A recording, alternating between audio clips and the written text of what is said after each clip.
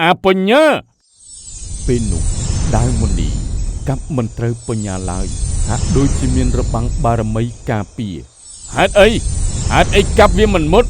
ឯងប្រើមន្តអាគមស្អីមន្តអាគមរបស់អញគឺសេចក្តីល្អ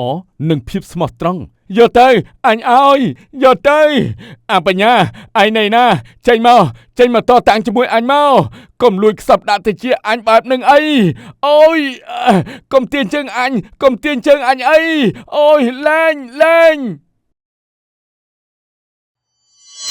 មុនីដួលបោកក្បាលនឹងនៅក្នុងខ្ទមតូចមួយក្បែរជើងភ្នំសំលេងក្អករបស់ស្ត្រីជាម្ដាយលាន់លឺឡើងទាំងការឈឺចាប់ខណៈមីនីអង្គុយបក់ផ្លិតទាំងទឹកភ្នែកម៉ែទ្រាំតែណាម៉ែលោកពុកទៅរកលោកគ្រូពេទ្យនៅក្នុងភូមិហើយបងបញ្ញាក៏កំពុងតែខំរកប្រាក់មកជួយថ្នាំសង្កូវម៉ែដែរហេតុអីព្រមលិខិតលេងសើចនឹងគ្រួសារយើងខ្លាំងម្ល៉េះមីនីកូនម៉ែប្រហែលជាទ្រាំមិនបានទេកូនកុំឲ្យពុកឯងពិបាកដោយសារម៉ែអីគ្រួសារយើងក្រណាស់កុំទៅជំពាក់បំណុលគេអីកូនម៉ែខ្លាចគេយកបំណុលមកធ្វើបាបកូនស្រីម៉ែកាត់មកតួអង្គលោកឪពុកដើរមកដល់ផ្ទះមេភូមិទាំងក្តីបារម្ភនិងអស់សង្ឃឹមលោកមេភូមិសូមលោកមេត្តាជួយសង្គ្រោះជីវិតប្រពន្ធខ្ញុំផងពេលនេះនាងឈឺធ្ងន់ណាស់ត្រូវការប្រាក់ជាបន្ទាន់ដើម្បីទិញថ្នាំនិងសង្គ្រោះជីវិតខ្ញុំគ្មានអីបញ្ចាំទេមានតែដីស្រែចុងក្រោយមួយដុំតូចនិងផ្ទះកញ្ចាស់នេះឯងសូមលោកមេត្តាឲ្យខ្ញុំខ្ចីប្រាក់ខ្លះមកទោះត្រូវធ្វើការសងលោកមួយជីវិតក៏ខ្ញុំព្រមដែរចង់ខ្ចីប្រាក់អញហ៎ឯងដឹងទេថាប្រាក់អញនេះវាមិនធ្លាក់ពីលើមេឃមកទេតែមើលចុះឃើញថាឯងនេះវាទាល់ច្រកខ្លាំងអញនឹងឲ្យឯងខ្ចីតែចាំទុកណាគ្មានប្រាក់សងតាមការកំណត់ទេអញនឹងរឹបអូសគ្រប់យ៉ាងដែលឯងមានរួមទាំងអ្វីផ្សេងទៀតដែលអញចង់បាននៅក្នុងផ្ទះរបស់ឯងផងដែរយល់ព្រមទេពុករបស់មីនីបង្ខំចិត្តផ្តិតមេដៃលើក្រដាស់បំណុលទាំងទឹកភ្នែកបាទខ្ញុំព្រមសូមតែបានប្រាក់ទៅជួយជីវិតប្រពន្ធខ្ញុំសិនចុះទោះជាត្រូវធ្លាក់នរកក៏ខ្ញុំសុខចិត្តដែរមួយខែក្រោយមកងាកមកកំឡោះបញ្ញានិងក្រមុំឈ្មោះមីនីស្រឡាញ់គ្នាស្មោះស្ម័គ្រណាស់បងបញ្ញាបងមើលផ្ទៃមេឃឯណោះចុះហាក់ដូចជាគំនូរដាច់ទេវតាចាស់មកអញ្ចឹងមើលចុះសំបីតែសត្វចាប់ព្រៃក៏វាហើរត្រឡប់មកសម្បុកជាគូដែរពួកវាបណ្ដាគ្នាក្រវាស្លាប់យ៉ាងសប្បាយចុះចំណែកបងវិញតើបងនឹងបណ្ដោយឲ្យអូនរងចាំផ្កាស្លារបស់បងដល់ពេលណាទៅម្ចាស់ជីវិតបងអើយកុំពោលពាក្យបែបនេះអីបងមិនដែលភ្លេចសន្យាដែលផ្ញើទុកនឹងដីស្រែម្ដុំនេះទេបងដឹងថាអូនហត់នឹងចាំបងដឹងថាអ្នកភូមិគេចាប់ផ្ដើមខ្សឹបខ្សៀវដែលឃើញយើងដើរជិតគ្នាតែអូនក៏ដឹងដែរថាបងខំធ្វើស្រែលើដីជួលគេទាំងយប់ទាំងថ្ងៃស៊ូទ្រាំនឹងកម្ដៅថ្ងៃខ្លោចសាច់ក៏ដើម្បីតែសំប្រាក់ទៅដណ្ដឹងអូនលើកកិត្តិយសអូនឲ្យខ្ពស់មុខខ្ពស់មាត់ក្នុងភូមិកុំឲ្យគេថាអូនយកប្តីក្រកុំឲ្យលោកពុកអ្នកម៉ែអូនត្រូវខ្មាស់គេដោយសារតែបងអូនមិនដែលខ្វល់ពីមាសប្រាក់យកសាក់អស់ទាំងនោះទេបងអូនខ្លាចតែម្យ៉ាងខ្លាចចិត្តមនុស្សដែលយើងមិនធ្លុះ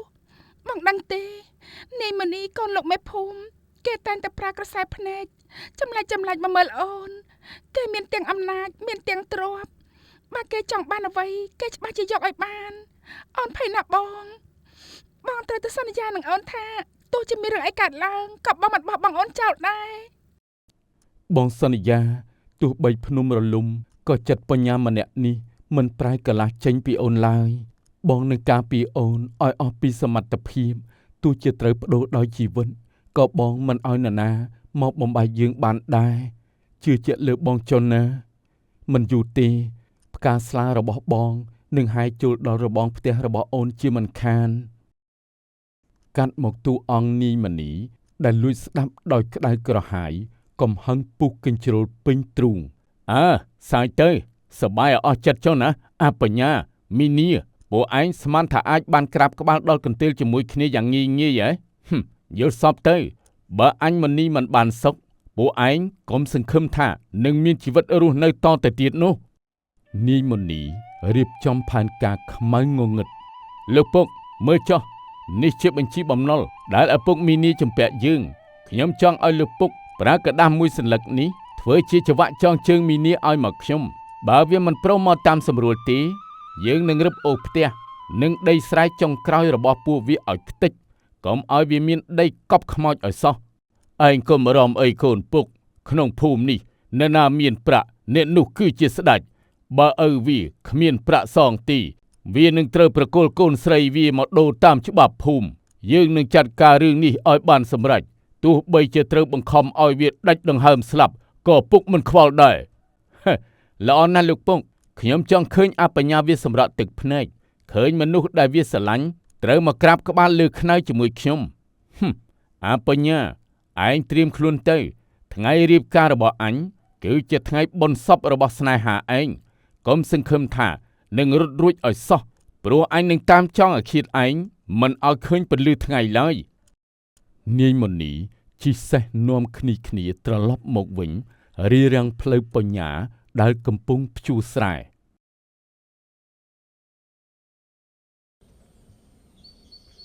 ណែអបញ្ញាឈប់យកសពទាំងកណ្ដាលថ្ងៃត្រង់ទៀតទៅមើលខ្លួនឯងផងកបីមកក្បាលស្រែមកដុំក៏ជួលគេដែរតើឯងយកស្អីទៅចិញ្ចឹមមីនីឲ្យនាងមកហូបដីខ្សាច់ជាមួយនឹងឯងហ៎ចាំទុកណាក្នុងពេលឆាប់នេះមីនីនឹងត្រូវមកធ្វើជាប្រពន្ធអញហើយក្រាបក្បាលដល់កន្ទេលជាមួយអញយ៉ាងមានកិត្តិយសបំផុតនាយមនីទ្រព្យសម្បត្តិនិងអំណាចរបស់ឯងប្រហែលជាអាចទិញអ្វីបានគ្រប់យ៉ាងនៅក្នុងភូមិមែនប៉ុន្តែវាមិនអាចទិញបេះដូងនិងភក្តីភាពដែលមីនីមានចំពោះខ្ញុំបានឡើយស្នេហាដែលកើតឡើងចេញពីការបង្ខិតបង្ខំវាមិនខុសអីពីការយកខ្លួនប្រាណទៅដាក់ក្នុងគុកងងឹតនោះទេទោះបីខ្ញុំក្រតែខ្ញុំមានតម្លៃជាមនុស្សដែលមិនយកជីវិតអ្នកដទៃមកធ្វើជាល្បែងលេងសើចសប្បាយដូចឯងដែរតម្លៃជាមនុស្សហ៎ចាំមើលចុះបើឯងមិនព្រមដើរចេញពីជីវិតមីនីដែលខ្លួនឯងទេឯងនឹងធ្វើឲ្យឯងគ្មានសូម្បីតែដីកប់ក្រោមពន្លឺព្រះច័ន្ទខណៈមនុស្ស3នាក់កំពុងតែជួបទុក្ខសោកលោកពុកអ្នកម៉ែហេតុអីក៏ព្រមលិខិតសាហាវចំពោះកូនបែបនេះកូនដឹងថាគ្រួសារយើងជំពាក់បំណុលមេភូមិវ័នកប៉ុន្តែហេតុអីត្រូវយកសុភមង្គលមួយជីវិតរបស់កូនទៅដូរនឹងក្រដាស់ប្រាក់ប្រឡាក់ឈាមអស់ទាំងនោះបើឲ្យកូនទ្រង់នៅជាមួយនាយមនីដែលមានចិត្តសាហាវព្រៃផ្សាយបែបនេះសុខចិត្តឲ្យកូនស្លាប់ទៅវិញប្រសើរជាងបេះដូងកូនប្រកល់ឲ្យបងបញ្ញាអស់ហើយបើខ្លួនប្រាណកូនត្រូវនៅជាមួយអ្នកផ្សេងនោះមានតែសាកសពដែលគ្មានវិញ្ញាណតែប៉ុណ្ណោះមីនីកូនពុកក៏មិនចង់ធ្វើបែបនេះដែរកូនដឹងទេថាបេះដូងពុកវាដូចត្រូវគេយកកំបិតមកកាប់មកអាអញ្ចឹងតែបើពុកមិនព្រមលើកកូនឲ្យគេផ្ទះស្រែចុងក្រោយនេះនឹងត្រូវគេរឹបអូសពួកយើងនឹងត្រូវដើរទាត់ខ្យល់ដេកតាមចើមថ្នល់សូម្បីតែម៉ែឯងដែលកំពុងតែឈឺក៏គ្មានថ្នាំសង្កូវលេបដែរពុកសូមទោសណាកូនស្រីពុកវាអន់វាគ្មានសមត្ថភាពការពារកូនឲ្យកូនរងទុក្ខព្រោះតែបំណុលវ័នករបស់ពុកកូនសុខចិត្តទៅធ្វើការស៊ីឈ្នួលគេស៊ីឈ្នួលបោកខោអាវលីសែងទាំងយប់ដើម្បីសន្សំប្រាក់មកសងមេភូមិតែសំលោកពុកមេតាក៏បង្ខំកូនឲ្យរៀបការជាមួយមនុស្សដែលកូនខ្ពើមរអាំបំផុតអីបងបញ្ញាតែពេលនេះបងដឹងទេថាអូនកំពុងតែត្រូវគេលក់ទាំងរស់បែបនេះបងអើយជួយអូនផងបងនាពេលរាត្រីថ្ងៃដដែលបញ្ញានិងមីនីលួចជួបគ្នានៅមាត់បឹងក្បែរភូមិទាំងក្តីបារម្ភនិងភ័យខ្លាចក្រែងគេដឹងខ្លួនមីនីអើយបងដឹងរឿងអស់ហើយបងមិនអាចឈរមើលអូនត្រូវគេដេញថ្លៃដូចជាទំនិញបែបនេះទេលោកពុកអូនគាត់គ្មានជំរឿតែបងមានយប់នេះយើងត្រូវតែរត់ទៅឲ្យឆ្ងាយជាមួយគ្នាទៅយើងនឹងទៅរកស៊ីបង្កើតគ្រួសារថ្មីនៅតំបន់ជួរភ្នំដាច់ស្រយាល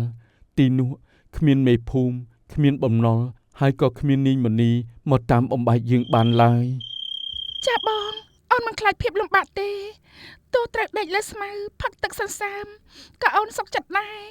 ឲ្យតែបានរួមសុខរួមទុក្ខជាមួយបងតែបងអើយអូនបារម្ភពីសុខភាពបងណាស់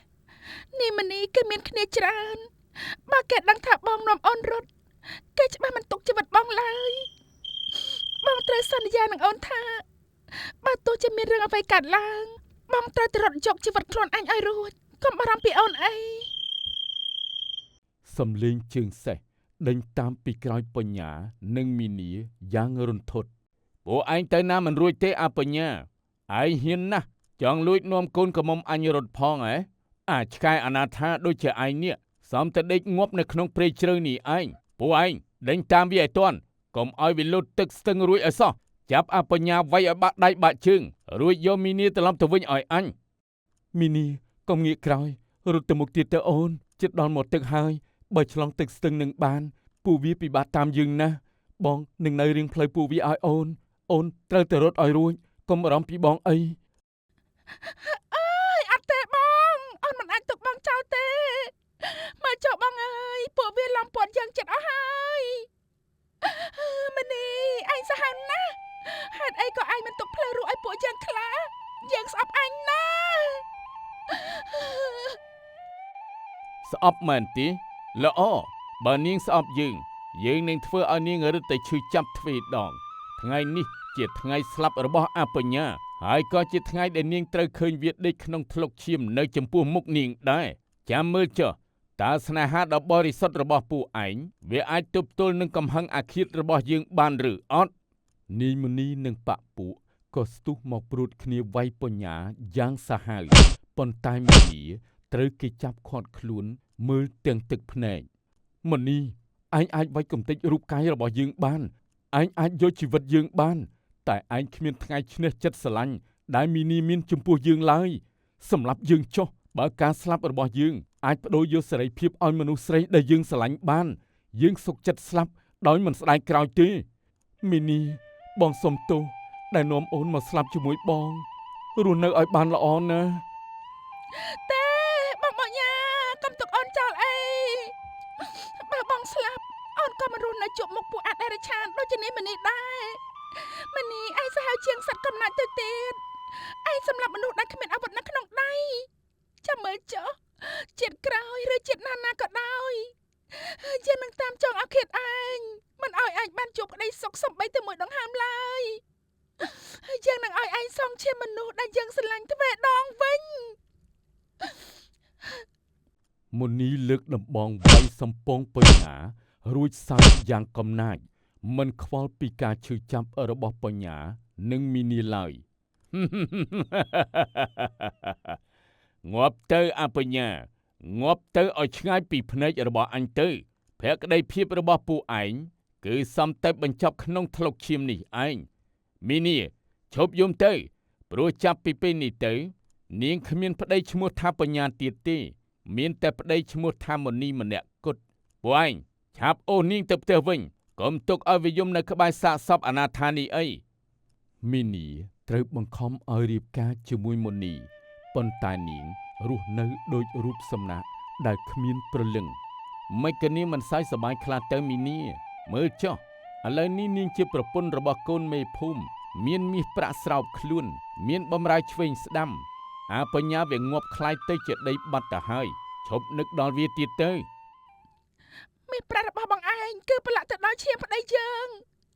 ឯងអាចបង្ខំឲ្យយើងស្លៀកសូត្រពាក់មាសបានឯងអាចបានតែខ្លួនយើងមែនតែបេះដូងយើងវានៅជាមួយបងបញ្ញាចិននិចរាល់ដង្ហើមដែលយើងដកដង្ហើមចេញចូលគឺដើម្បីចាំមើលថ្ងៃដែលឯងរលាយអន្តរាយទៅប៉ុណ្ណោះឯងដេកលក់ឲ្យស្រួលចុះមនីព្រោះរាល់យប់ឯងបាត់ភ្នែកមិនចិត្តសំឡេងយំរបស់បងបញ្ញានៅលាន់ឮពេញត្រចៀកឯងមិនឲ្យឯងបានសុខឡើយហ៊ានមើលងាយយើងផងហ៎យើងសម្លាប់វាចោលក៏ព្រោះតែវាចង់ឆក់យករបស់ដែលជារបស់យើងបើនាងមិនចង់ឲ្យឪពុករបស់នាងដេកគុកទេចូលរៀនធ្វើជាប្រពន្ធល្អរបស់យើងទៅកុំសង្ឃឹមថានឹងបានតែជួបវាឲ្យសោះទោះជាស្លាប់ទៅក៏យើងមិនឲ្យសាកសពនាងបានទៅកប់នៅក្បែរភ្នូវាដែរសម្រាប់ចុះ សម្រាប់យើងឲ្យដូចបងបញ្ញាទៅតែចាំទុកណាឈាមដែលហូរចេញពីខ្លួនយើងវានឹងក្លាយទៅជាបណ្ដាសាចងជើងអញឲ្យធ្លាក់នរកទាំងរស់សម្រែកសត្វទីទុយយំរំពងពេញព្រៃមុនីដេកយល់សពអាក្រក់ឃើញវិញ្ញាណបញ្ញាមកទាមទារជីវិតអើយចេញទៅកុំមកចិត្តយើងអបញ្ញាឯងស្លាប់ទៅហើយឯងគ្រាន់តែជាខ្មោចអនាថាម្នាក់ប៉ុណ្ណោះមិនក៏មកតាមលងបន្លាចយើងមិនឈប់បែបនេះអញមានគ្រូមុនអាគមបកាយសាសិទ្ធឯងធ្វើអីអញមិនបានទេមីនីជួយបងផងមើលចុះវាមកឈរនៅមាត់បង្អួចសម្លឹងមករកយើងហើយភ្នែករបស់វាឡើងក្រហមដូចឈាមអញ្ចឹងវាមិនមែនជាការយល់សប្តិទេមនីគឺវិញ្ញាណបងបញ្ញាមកទទួលឯងហើយឯងភ័យខ្លាចដល់ថ្នាក់នឹងផងឯងការដែលឯងលឹកដំបងវាយសម្លាប់គេឯងហាក់បីដូចជាខ្លាំងពូកែខ្លាំងណាស់មែនទេឥឡូវសាក់តតាំងជាមួយខ្មោចដែលគ្មានរូបរាងមើលចុះបងបញ្ញាអើយយកវាទៅជាមួយបងផងកុំឲ្យវាហាច់ហួចជីវិតអូនទៅទៀតអីមុនីស្ទុះទៅទាញដាវមកកាប់ខ្យល់ចុះឡើងទាំងឈួតវង្វេងអញមិនខ្លាចឯងទេចេញមកបើខ្លាំងចេញមកតទល់ជាមួយនឹងអញសម្លាប់ឯងបានម្ដងអញក៏អាចសម្លាប់វិញ្ញាណឯងបានដែរមីនីនាងកុំមកសាយចំអកឲ្យអញឲ្យសោះបើនាងមិនជួយដេញវាទេអញនឹងកាត់ក្បាលនាងដាក់សែនខ្មោចវាឥឡូវនេះហើយភ្នែកមុនីឡើងក្រឡោតសក់ក្បាលរញើរញ៉ៃដូចមនុស្សវិកលចរិតចំណែកមីនីងើបឈរយឺតដើរចូលទៅជិតមុនីទាំងមិនខ្លាចស្លាប់សម្រាប់ចុះកាប់មកត្រង់ករបស់យើងនេះចុះព្រោះរត់ដំណក់ឈាមរបស់យើងដែលស្រក់ចុះមកវានឹងខ្លាយទៅជាច្រវាក់ចងកឯងអូឯងចុះនរកមិនឲ្យងើបខ្លួនរួចឡើយមើលចុះមនីបងបញ្ញានៅក្បែរត្រចៀកឯងហើយគាត់កំពុងតែខ្សឹបសួរឯងថាតើឯងចង់រស់នៅបែបនេះដល់ពេលណាទៀតនិយាយចប់មុនីហាក់វង្វេងស្មារតីរត់ចេញទៅបាត់កាត់មកក្នុងរូងភ្នំដ៏ជ្រៅកណ្ដាលព្រៃធំមានឮសំឡេងសូត្រមន្តពេលនោះគេឃើញបញ្ញាខ្លួនប្រាណរុំដោយស្បៃពណ៌សនិងស្លឹកឈើថ្នាំតាមពិតបញ្ញាមិនទាន់ស្លាប់ឡើយអូយមីនីអូននៅឯណាកុំទៅចោលបងអីបញ្ញាព្យាយាមងើបអង្គុយទាំងឈឺចាប់ខ្លាំងទីនេះជាកន្លែងណាតើខ្ញុំស្លាប់ហើយមែនទេមុនីវាឆក់យកមីនីទៅបាត់ហើយអត់ទេខ្ញុំត្រូវតែទៅជួយនាងដើរចូលមកយឺតក្នុងឈុតសម្លៀកបំពាក់សសម្លឹងមើលលើកយាយគ្រូទាំងងឿងឆ្ងល់រួចលើកដៃសំពះកុំអាលរឿងបំរាស់អីកូនប្រុសរបួសឯងធ្ងន់ធ្ងរណាស់បើមិនបានយាយជួយស្រោចស្រង់នឹងប្រើថ្នាំទឹកបិទមុខរបួសទាន់ពេលទេម្លេះសំជីវិតឯងคล้ายជាចំណីសត្វថ្មាត់បាត់ទៅហើយទេវតានៅមានភ្នែកមិនបណ្ដោយឲ្យមនុស្សល្អដូចឯងត្រូវស្លាប់ដោយអយុត្តិធម៌ក្រោមដៃមនុស្សពាលនោះទេលោកយាយតើលោកយាយជាអ្នកជួយជីវិតខ្ញុំមែនទេសូមលោកយាយមេត្តាផងពេលនេះមីនីជាមនុស្សស្រីដែលខ្ញុំស្រឡាញ់កំពុងតែស្ថិតក្នុងគ្រោះថ្នាក់នាងប្រហែលជាត្រូវគេបង្ខំឲ្យរៀបការជាមួយនឹងមនុស្សអាក្រក់នោះហើយខ្ញុំមិនអាចដេកនៅទីនេះបានទេទោះជាត្រូវដាច់ដង្ហើមស្លាប់ម្ដងទៀតក៏ខ្ញុំត្រូវតែយកនាងត្រឡប់មកវិញដែរលោកយាយគ្រូក្រវីក្បាលតិចរួចហុចទឹកថ្នាំឲ្យបញ្ញាកំហឹងនឹងការប្រញាប់ប្រញាល់នឹងធ្វើឲ្យឯងបាត់បង់ជីវិតជាលើកទី2មនីវាមានទាំងអំណាចមានទាំងគ្រូមុនអាគមងងឹតនៅពីក្រោយខ្នងឯងត្រូវសម្រាប់ព្យាបាលខ្លួនឲ្យជាសិនយាយនឹងផ្ទេរចំណេះវិជ្ជានឹងការពារដួងព្រលឹងឯងមិនឲ្យមុនអាគមងងឹតរបស់ពួកវាធ្វើអីឯងបានឡើយចាំទុកចុះថ្ងៃដែលឯងត្រឡប់ទៅវិញគឺជាថ្ងៃដែលកម្មផលត្រូវមកដល់ផ្ទះមេភូមិបាទលោកយាយចាំបងណាមីនីបងមិនទាន់ស្លាប់ទេបងនឹងត្រឡប់ទៅវិញដើម្បីជំរះបញ្ជីឈាមនេះមុនីឯងត្រៀមខ្លួនទៅបញ្ញាដែលឯងស្មានថាដេកស្លាប់នៅក្នុងថ្លុកឈាមនោះនឹងត្រឡប់ទៅធ្វើជាសុបិនអាក្រក់របស់ឯងអស់មួយជីវិតមួយខែក្រោយមក ផ្ទៃមេឃខ្មៅងងឹតស្លុបស្រាប់តែមានភ្លេចបន្ទោជះពន្លឺស្រមោលបរោះម្នាក់ដើរចូលមកយ៉ាងអង់អាចមុនីភ័យស្លន់ស្លោស្ទុះទាញដាវមកកាន់ទាំងញ័រដៃអ្នកណាចេញមកកុំមកលេងសើចជាមួយនឹងយើងអាបញ្ញាស្លាប់បាត់ទៅហើយយើងបានសម្លាប់វាដោយផ្ទាល់ដៃយើងវិញ្ញាណឯងមិនអាចធ្វើអីយើងបានទេគ្រានោះបញ្ញាបានដើរចេញពីស្រមោលងងឹតទាំងអង្អាចអាម៉ូនី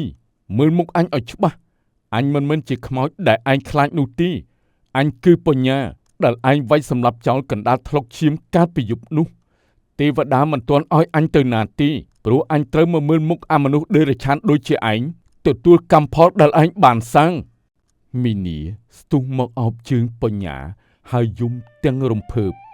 បងបញ្ញាបងពិតជាបងមែនទេបងមិនទាន់ស្លាប់ទេមែនទេទេវតាមានភ្នែកមែនបងអើយអូនរងចាំបងថ្ងៃនេះយូរហើយអូនដឹងថាបងមិនទុកអូនចោលក្នុងនរកនេះម្នាក់ឯងទេ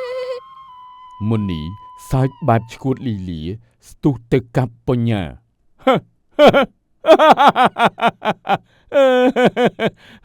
មិនងាប់អញនឹងធ្វើឲ្យឯងងាប់ម្ដងទៀតងាប់ទៅអាបញ្ញាពេលនោះដាវមុនីកាប់មិនត្រូវបញ្ញាឡើយហាក់ដូចជាមានរបាំងបារមីការពារហេតុអីកាប់វាមិនមុតឯងប្រើមុនអាគមស្អីមុនអាគមរបស់អញគឺសេចក្តីល្អនិងភាពស្មោះត្រង់ចំណែកឯងអំណាចដែលឯងមានវារលាយអស់ហើយឪពុករបស់ឯងត្រូវបានគេចាប់ខ្លួនពីបទអំពើពុករលួយនិងកេងប្រវ័ញ្ចដីស្រែអ្នកភូមិឥឡូវដល់វេនឯងហើយអញមិនសម្លាប់ឯងដោយដៃអញនាំតែប្រឡាក់ឈាមទេតែអញនឹងទុកឲ្យឯងរស់នៅទាំងឈួតវង្វេងឃើញតែរូបភាពដែលឯងធ្វើបាបគេតាមលងបន្លាចឯងរហូតដល់ថ្ងៃដាច់ដង្ហើមមុនីដួលអុកគូតភ្នែកសម្លឹងមើលទៅជុំវិញឃើញតែស្រមោលខ្មៅមកឡោមព័ទ្ធទេកុំមកចិត្តអញសុំទោសកុំយកអញទៅអីកុំយកអញទៅមុនីរត់ចេញពីផ្ទះទាំងស្រែកជេរស្រែកយំដូចមនុស្សវិកលចរិតចូលទៅក្នុងព្រៃបាត់ទៅនាយមុនីរត់ចូលទៅក្នុងព្រៃជ្រៅទាំងយប់អាត្រៀតសម្លៀកបំពាក់រហែករយីរយ៉ៃជើងទទេរត់ជន់បន្លាជោកដោយឈាមចេញទៅកុំតាមអញជាកូនមេភូមិអញមានប្រាក់ច្រើនណាស់អ្នកណាចង់បានប្រាក់យកទៅអញឲ្យយកទៅអបញ្ញាឯណៃណាចេញមកតតាំងជាមួយអញមកកុំលួចខ្សឹបដាក់ទៅជាអញបែបនឹងអីអូយកុំទាញជើងអញអីអូយលែងមុនីដួលបោកក្បាលនឹងថ្មរួចងើបមកសើចក្អាកក្អាយទាំងឈាមស្រោចមុខមីនីអើយមកកំដរអញផឹកស្រាខ្លះមកណោមើលចោដើមឈើទាំងនេះសុទ្ធតែជាកូនចៅរបស់អញពួកវាចង់មកស៊ីសាច់អញមែនទេកុំមកចិត្តអញកុំមកចិត្តអញមុនីស្ទុះរត់ទៅបុកដើមឈើរួចដួលហើយក្រោកវិញហាក់ដូចជាមានមនុស្សរាប់រយនាក់កំពុងដេញតាមវាយធ្វើបាបគេអញ្ចឹងជួយផងលោកពុកជួយខ្ញុំផងខ្មោចអបញ្ញាវាមកខាំកូនហើយជួយកូនផងពុកសំលេងសើចលាយឡំនឹងសម្រែកដ៏គួរឲ្យខ្លាចរបស់មុនីលាន់ឮពេញព្រៃស្ងាត់ជ្រងំបង្ហាញពីការសងសឹកនៃកម្មផលដែលមើលមិនឃើញពេលវេលាកន្លងផុតទៅវាលស្រែដែលធ្លាប់តែបង្ហូរទឹកភ្នែកពេលនេះប្រែជាពណ៌មាសស្រស់បំព្រងក្រោមពន្លឺថ្ងៃរះដ៏កក់ក្ដៅមីនីអូនបងមិនដែលស្មានឡើយថាបងមានឱកាសបានមកឈរក្បែរអូនលើដីស្រែផ្ទាល់របស់ខ្លួនយើងបែបនេះទេចាបងទម្រាំបានមកដល់ថ្ងៃនេះយើងទាំងពីរត្រូវឆ្លងកាត់រឿងរ៉ាវស្ទើរដាច់ដង្ហើម អូនអរគុណបងដែលមិនបោះបង់សន្យាទោះបីស្ថិតក្នុងកលៈទេសៈស្លាប់រស់ក៏ដោយ ចាប់ពីថ្ងៃនេះទៅគ្មាននរណាមកបំបែកយើងបានទៀតឡើយបងនឹងធ្វើជាបង្គោលគ្រួសារដ៏រឹងមាំមិនធ្វើឲ្យអូនត្រូវហូរទឹកភ្នែកឬការមើលងាយពីអ្នកណាទៀតទេយើងនឹងរស់នៅយ៉ាងសាមញ្ញតែពោរពេញដោយកិត្តិយសនិងក្តីស្រឡាញ់ដ៏បរិសុទ្ធ អូនជឿជាក់លើបងចិននេះ អ្នកទាំងពីរដើរបណ្ដើរគ្នាឆ្ពោះទៅរកផ្ទះតូចមួយដែលពោរពេញដោយភាពកក់ក្ដៅបញ្ចប់នៅរឿងរ៉ាវស្នេហាចងអាឃាតដោយភាពជោគជ័យនៃអំពើល្អ